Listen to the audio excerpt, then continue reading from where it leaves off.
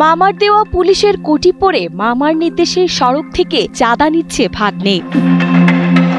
এবার কিশোরগঞ্জের কটিয়াদি হাইওয়ে থানার পুলিশ পরিদর্শক মামা মারকুব তৌহিদ ও ভাগ্নে নাইমের বিরুদ্ধে উঠেছে এমন অভিযোগ। মাছ, জোড়া পাখি কিংবা বটগাছের প্রতীকযুক্ত টোকেন ব্যবহার করে সিএনজি চালিত অটোরিকশা ও অন্যান্য পরিবহন থেকে নিয়মিত আদায় করা হচ্ছে অর্ধ কোটিরও বেশি টাকা। আমরা তো স্বেচ্ছাসেবক দিয়ে আমরা অনেক সময় গাড়ি সিগন্যাল দিয়ে দিতে পারি। আমরা স্বেচ্ছাসেবক দিয়ে একটা ব্যবহার পুলিশের ড্রেস পরা তো না, ইউনিফর্ম না, আমরা কোটি ব্যবহার করা।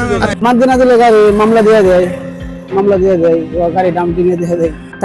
টানাত খাওয়া টানাত ডিউটি হলে পুলিশের লগে লগে একটা পোশাক বই দেয়া ডিউটি হলে মাঝে না করলে আমরা সোর্স দিয়ে পুলিশ দিয়ে ধরাই দিব গাড়ি। এই সড়ক দিয়ে চলাচল করে চালকদের অভিযোগ, টোকেন সংগ্রহ করলেই মাস জুড়ে আর কোনো ঝামেলা থাকে না, কিন্তু মাসিক চুক্তি না থাকলে সব কাগজপত্র ঠিক থাকার পরও মামলা ও হয়রানির শিকার হতে হয়। অভিযোগ রয়েছে কটিয়াদি হাইওয়ে থানার পুলিশ পরিদর্শক মারকুব তৌহিদ তার ভাগ্নে নাইম হাসানকে পুলিশের পোশাক পরিয়ে সড়কের ডিউটিতে রাখছেন এবং এই চাঁদাবাজি নিয়ন্ত্রণ করছেন। এটার লাগে আপনার গাড়ির কাগজ যদি ডেট পেলোতে হয় তাহলে আপনারা পুলিশ ধরবো না আর কি। প্রতি মাসে 500 টাকা নিব, যেমন 2টা গাড়ি 1000 টাকা, ঠিক আছে? এটা 500 এটা 500, তাইলে আপনার বরফুল পর্যন্ত আসতে পারবেন। এর ভিতরে গাড়ির কাগজ না থাকলে আপনারা পুলিশে ধরবো না। হ্যালো, কি কইতাম মানে তো বের দোষে জামা কমাইল তো না। নাইম এটা কিনেছি আমার মাইক দুটা করছে নাইমে ওসির বাইক নাই।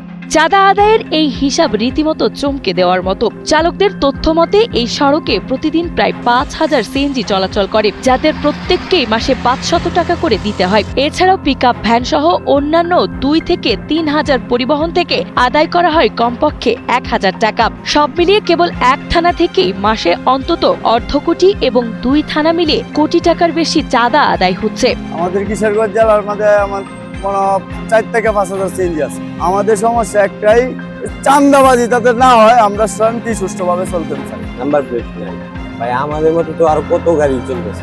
এসব গুরুতর অভিযোগের বিষয়ে কটিয়াদি হাইওয়ে থানার পুলিশ পরিদর্শক মারকুব তৌহিদ চাঁদাবাজির বিষয়টি অস্বীকার করে জানান, কাজের সুবিধার্থে মাঝে মধ্যে স্বেচ্ছাসেবক নেওয়া হয়, তবে ভাগ্নেকে পুলিশের পোশাক পরানোর বিষয়ে তিনি কোনো সদুত্তর দিতে পারেননি। আমাদের আছে কমিউনিটি পুলিশ, আমরা স্বেচ্ছাসেবক, এগুলো গাড়ি সিগন্যাল দেওয়ার কাজে আমরা ব্যবহার করাইতে পারি। তাহলে এখানে তো কমিউনিটি পুলিশ লেখা থাকে, পুলিশ লেখা থাকবে না। আমরা কোটি অনেক সময় যে রিফ্লেক্টিং ভেলটাই হয় কি যে এটা দেখা যায়, ঠিক আছে? এই গাড়ি ঘোরা স্থানীয় নাগরিক সমাজ ও নিরাপত্তা সড়ক আন্দোলনের নেতারা বলছেন, এই টোকেন বাণিজ্যের কারণেই সড়কে ফিটনেসবিহীন গাড়ি অবাধে চলাচলের সুযোগ পাচ্ছে, যা মহাসড়ককে চরম অনিরাপদ করে তুলছে। অবৈধ টোকনের মাধ্যমে, তারা অবৈধভাবে লেনদেনের মাধ্যমে তাদেরকে এই চলাচলগুলো সুযোগ করে দিয়ে এবং মানে একটা অবৈধ উপার্জনের ব্যবস্থা করছে। এদিকে হাইওয়ে পুলিশের যে কোনো অনিয়ম নজরে এলে তা তদন্ত সাপেক্ষে প্রয়োজনীয় ব্যবস্থা গ্রহণ করা হবে বলে জানান হাইওয়ে পুলিশ হেডকোয়ার্টার্সের ডিআইজি ইমতিয়াজ আহমেদ। আমাদেরকে তথ্যগুলো দেন, দিলে এটা এনশিওর করতে পারি যে আমাদের হেডকোয়ার্টার মানে হাইওয়েতে